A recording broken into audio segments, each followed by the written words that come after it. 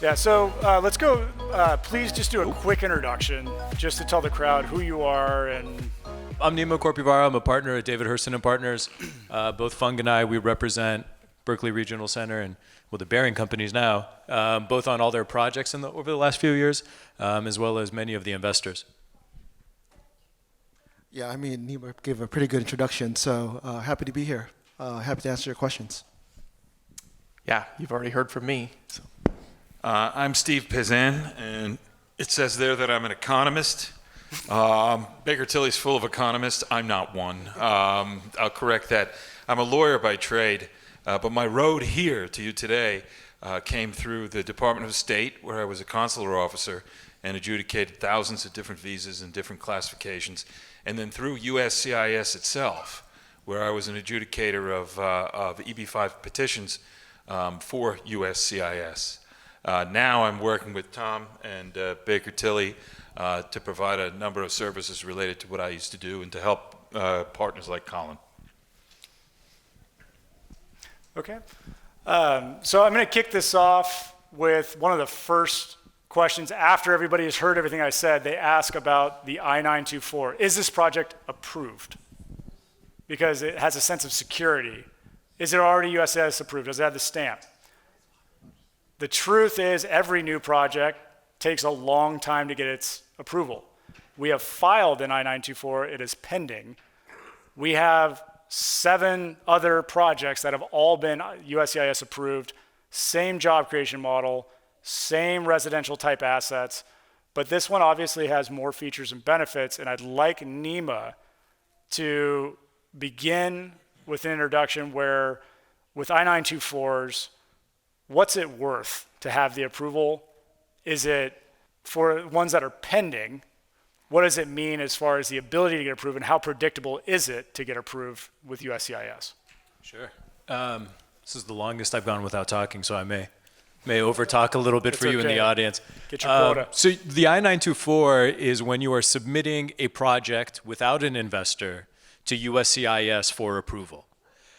This is actually hugely important as an investor because one of the main concerns for you is processing time, right?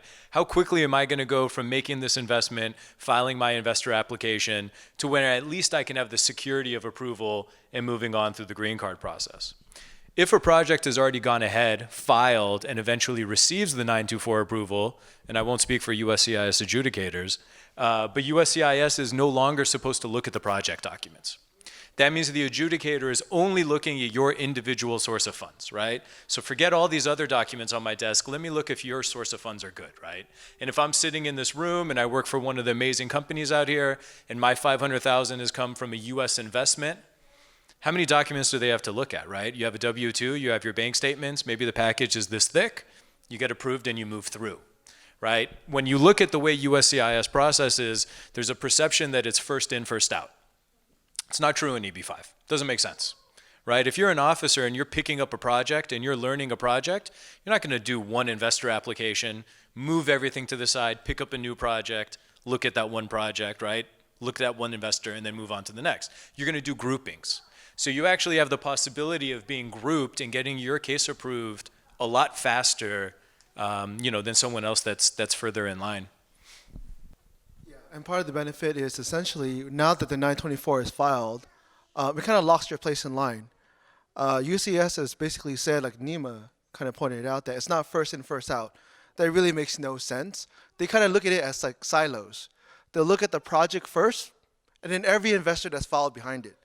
So when you're selecting a regional center or a project to invest in, if a 924 has been filed, then you're going to be waiting in line. Here, they've already started that process for you folks, so they've kind of already started the clock ticking for everybody. It brings a level of predictability. And one other point before these gentlemen, before a 924 is ever approved, you're generally going to receive a request for evidence, right? Because when you file one of these applications, whether it's a 526 or a 924, it's a photo. It's a snapshot of where you are at a certain place in time.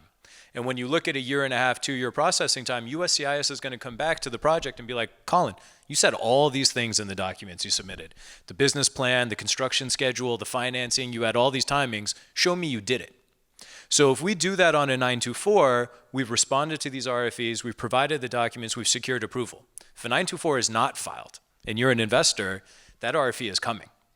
And if the project has not done what they were supposed to do, or is not ready to respond to one of these, you may now delay your approval by at least 90 days, or even get a denial. If an RFE comes, maybe we should submit Colin's presentation. That's pretty good. I think there's a good time to be in EB5 is right now. The level of predictability from USCIS in regards to project adjudication, I think, is as steady as it's been since I've been in EB5. If you've been in EB5 in 2010 or 2012, when who knew what was going to come out of USCIS and what they were going to ask for, when you have a team like the Behring companies have been putting together who have been in this for a long time, you have a level of comfort in knowing that what's being presented and has been submitted to USCIS is ultimately going to be approved. The risk for denial on a project at this point with the people that are working on it is near zero.